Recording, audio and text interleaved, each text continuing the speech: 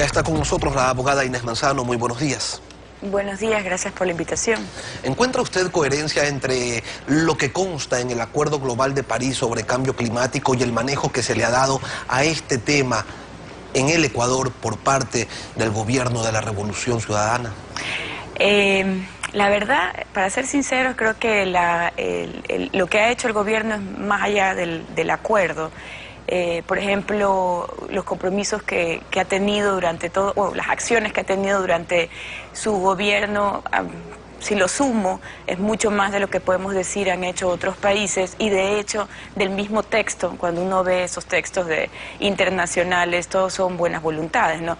Promoverá, tal vez, quizás, o sea, no hay un compromiso fehaciente de acción, cosa que lo puede hacer también un país, que esa es la oportunidad siempre del Ecuador o de cualquier país. Si tuviéramos que enumerar para recordar cuáles son estos asuntos que sí se han ejecutado en el Ecuador, ¿cuáles serían? Digamos 3, 4. Mira, principalmente creo que Ecuador tiene dos puntos interesantes. Uno, el problema de deforestación. Por kilómetro cuadrado, y siento el Ecuador muy pequeño, ha sido ha liderado en algo terrible, que es la tasa de deforestación. Eso es lo que ha tratado este gobierno de hacer a través de uno de sus proyectos que se llama Sociobosque, donde se paga a aquellos agricultores que están, digamos, en las zonas de amortiguamiento o dentro de áreas protegidas, pero sobre todo en zonas de amortiguamiento, que no son parte de áreas protegidas, para que conserven y para que no destruyan el bosque. Eso es un muy buen proyecto. Definitivamente no es constitucional, porque la Constitución lo prohíbe. De hecho, ese puede ser una de las enmiendas del próximo lote de enmiendas que el gobierno debería de mirar. Es una de estas, los temas ambientales, los servicios ambientales, de lo que estamos hablando ahora.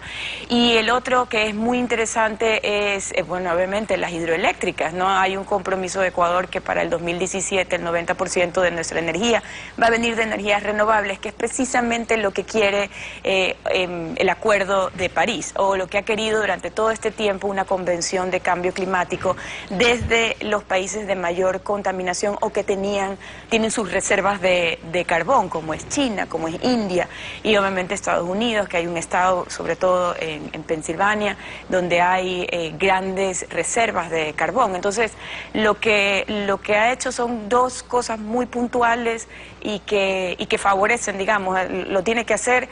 Y realmente Ecuador versus países desarrollados nunca ha tenido compromisos obligatorios de reducción, y eso es importante. Entonces lo ha hecho porque cree en ese cambio y porque tiene recursos naturales para hacerlo, como son el tema de las hidroeléctricas, ¿no?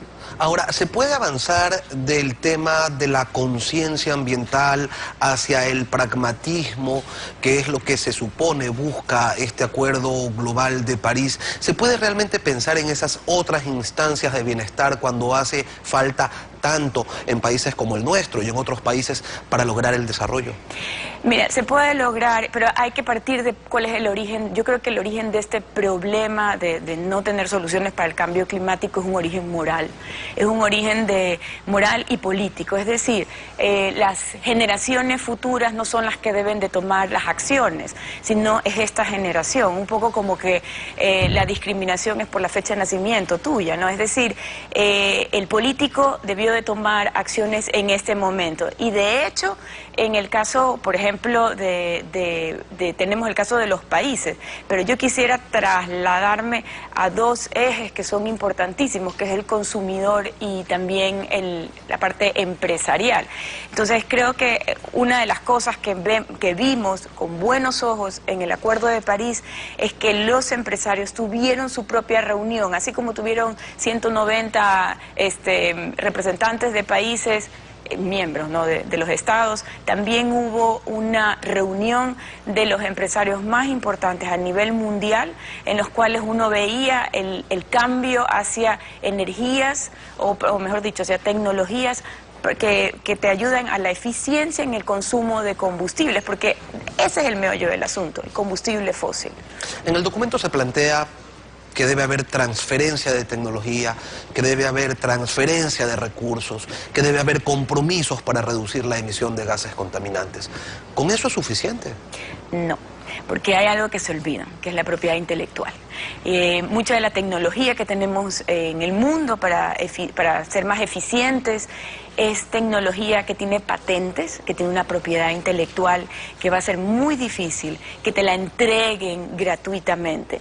Sin embargo, yo creo que, por ejemplo, hay muchas empresas que quieren otorgar sus patentes de manera gratuita. Unilever lo hizo a nivel internacional con uno de sus productos y lo que hizo fue, estoy hablando de la matriz, no en el Ecuador, pero la matriz dio una de sus patentes para solucionar un tema en África. Entonces yo lo que estoy viendo es que tú puedes hablar de transferencia de tecnología, puedes hablar de capacitación, que eso es lo que habla el acuerdo, y hablas de financiamiento, pero si tú ves los términos, el financiamiento va hasta el 2020, reúno 100 millones, y de ahí en el 2025 lo que hago es ver cómo nos repartimos. Entonces estamos hablando del Fondo Verde, del fondo que ya está desde Cancún, o sea, desde la COP que hubo en Cancún. Entonces lo que estamos viendo es cómo dilatas más los compromisos de los países desarrollados que han tenido un impacto importante en este cambio climático. Por eso es que, vuelvo y repito, si dicen que eso es suficiente, no, porque la propiedad intelectual es algo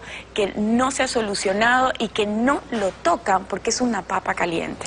Y a eso hay que sumarle que pese a que en París todos dijeron estar de acuerdo, se viene la etapa de las suscripciones y de las ratificaciones de las naciones a este acuerdo. Recordemos que Estados Unidos no se adhirió al protocolo de Kioto y decían que no era porque no estaban de acuerdo con la idea de reducir los gases de efecto invernadero, sino porque les parecía que la aplicación del protocolo era ineficiente. Esto se podría quizás repetir con India o con China o con los mismos Estados Unidos, tres de las naciones que más contaminan el planeta, quienes podrían decir, sí, la idea es genial, pero los términos no me parecen y por ende entonces no me sumo a ello. A ver, es importante porque hay ahora países en vías de desarrollo con un gran impacto en los temas de emisiones a la atmósfera. Esos son precisamente China, India, Brasil, México también está entre ellos, Rusia, bueno, Rusia pertenece a otro tipo de países como desarrollados, pero efectivamente el temor es que en 22 de abril del próximo año, el 2016, se va a hacer, digamos, la firma. Ahorita el acuerdo se puso, firmaron, pero ahora falta la firma y falta también la ratificación en cada uno de los congresos, senados o el tipo de legislativo que ellos tengan. Pero el mayor problema yo no lo veo en estos países en vías de desarrollo que han decidido digamos, llevar a cabo el Acuerdo de París en sus términos y en sus compromisos en sus países, y no Estados Unidos. Los republicanos están en mayoría en el Congreso y los republicanos están en contra del plan de Obama del cambio climático. Entonces, imagínense, cuando llegue a ratificarse eso, es como una cereza al pastel. Sin embargo, Obama, preveyendo eso, él ha hecho varias cosas, ¿no? Como la ley de cambio climático, y hay otros factores que ha hecho, un cambio en la EPA es el Ministerio del Ambiente, ¿no? El símil del Ministerio del Ambiente, donde han sido regulaciones más fuertes para todo lo que son plantas de producción de energía eléctrica. Entonces creo que si bien sabe que el Congreso no le va a apoyar en eso, por lo menos él está haciendo otras cosas desde su parte ejecutiva.